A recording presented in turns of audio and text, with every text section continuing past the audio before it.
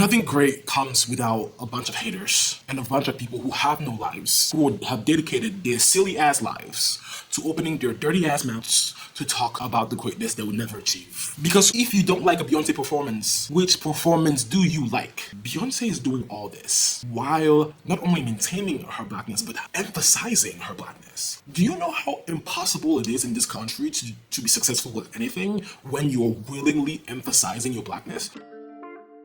Hello gorgeous people, how are you doing today? My name is Georges and welcome back to my channel. By the way, Happy New Year. Welcome into 2025. I'm going into the year pretty smoothly, but clearly it looks like the world is in shambles, just like it was in 2024. I don't know about you, but 2025 just started and I'm already tired of this shit. I'm Georges, good morning.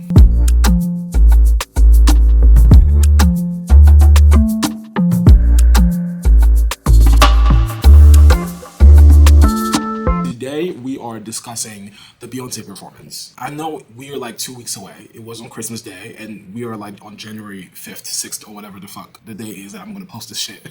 Alright, first of all, let's break down the performance. Alright, the performance in itself was epic, starting with slow ballads. Some of the things, I'm gonna be honest, I didn't even understand, but I knew that shit was deep. Alright, I knew that shit meant something somehow. I didn't even get all of it, but I knew that shit something. She was sitting on that fucking horse, looking fucking majestic. There was some niggas out there standing on them horses. I was like, look at black people doing shit, you know? I don't see why people do that. I don't think they do it, but who the fuck cares?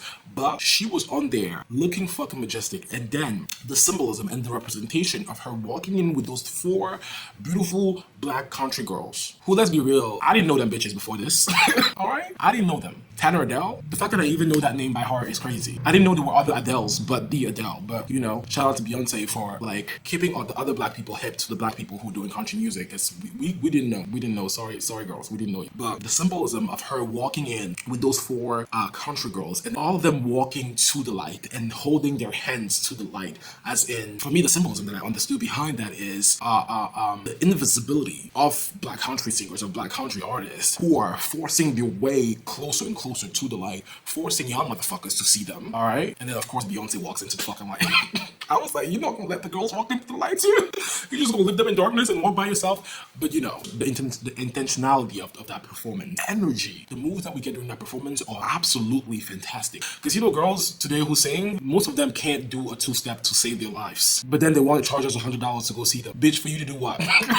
Why would I pay to go see you? Beyonce was on there giving you all the energy that she can give. I was like, good for you. She's 40 years old or something, and she's still killing it more than some of the 16-year-olds. Beyonce is out here 40 with 3 kids, one of them who is taller than me already. But also the vocals, not only throughout the show, but the signature vocal at the end of that show. Fucking fantastic. Are you not entertained? Are you not entertained?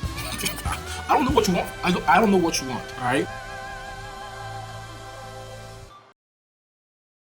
So of course, for such a majestic performance, for such an incredible performance, most of the regular people were out there, were on the internet saying this shit was amazing. Look at Beyonce doing amazing shit. That's crazy. Of course, that's what you should say. But of course, in the year of our Lord 2024, 2025, nothing great comes without a bunch of haters and a bunch of people who have no lives, who would have dedicated their silly ass lives to opening their dirty ass mouths to talk about the greatness they will never achieve. Because if you don't like a Beyonce performance, which performance do you like? Do you have shit to compare it to, bitch? What is it that you like? Look at how mediocre all your favorite pop stars are with their sad looking performances. And you have the gall to open your garbage ass mouth to talk about Beyonce? Shut the fuck up. Please shut the fuck up. Because your racism is starting to confound your objectivity, alright? Because look at the shit the white girls are paying for to go see. So sold out arenas for a bitch to frolic on the stage. And you are telling me that you weren't entertained by this shit?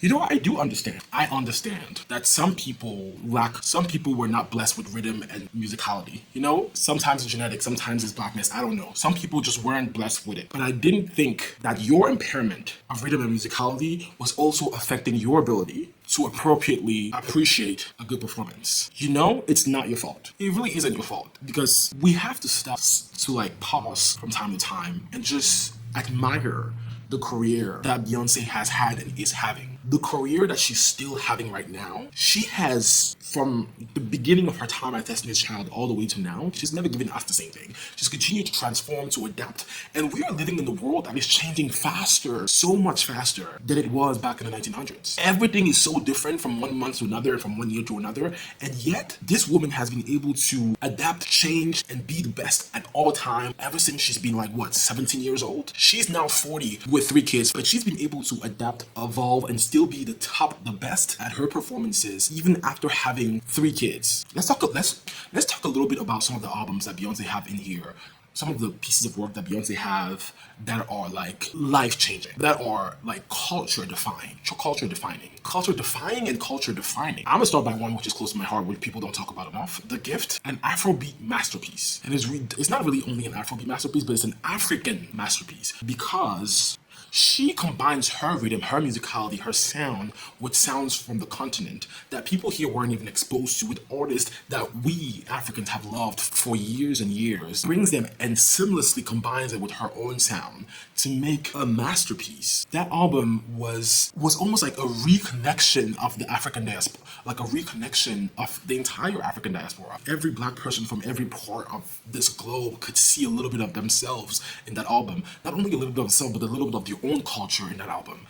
Another project which is crazy, the Renaissance album, which like is almost dedicated to the LGBT community, making sure to uplift their voices and in a genre that they have amplified, that the LGBT community has made what it is today. That's the Coachella performance. She goes into this, she walks onto this stage, which is one of the widest stages in American history. I mean, the CMA is still the widest stage in American history, but she walks onto that wide-ass Coachella space and says, I'm bringing in the blackest part of America to this wide-ass stage. HBCU culture at the forefront of the Coachella stage for two nights in a row, and we've still not seen anything as good on the Coachella stage ever since she did that shit. And she did that less than a year after popping out 2 babies. And then, of course, the Cowboy Carter album.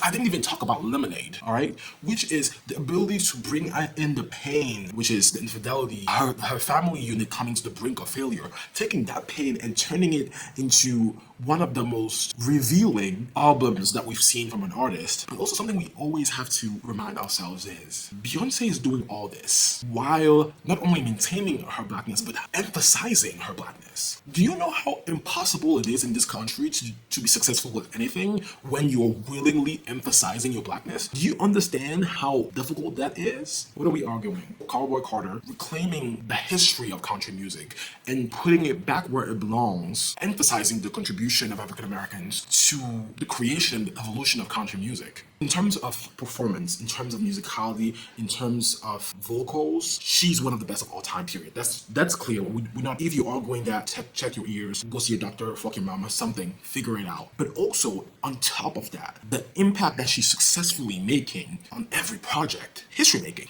So let's be real. So although we know there will always be some raggedy arrhythmic unmusical bitches who rely on their hate to build a platform or to get attention that they didn't get from their parents, it is essential that we put that hate in the context of our systemically racist and misogynist entertainment industry. Black entertainers like Beyonce have shaped and are continuing to shape the rhythm of the world today, whether they get credit for it or not. So run your stupid mouth if you want. But at the end of the day, everything you listen to, everything that's on your fucking playlist today is the product of something that originated from a black entertainer. But yeah, that's all for me today. This is my first video of 2025, and this is the energy I'm giving everybody in 2025. Thank you for watching. Please like, comment, share, and subscribe, and I'll see you next time.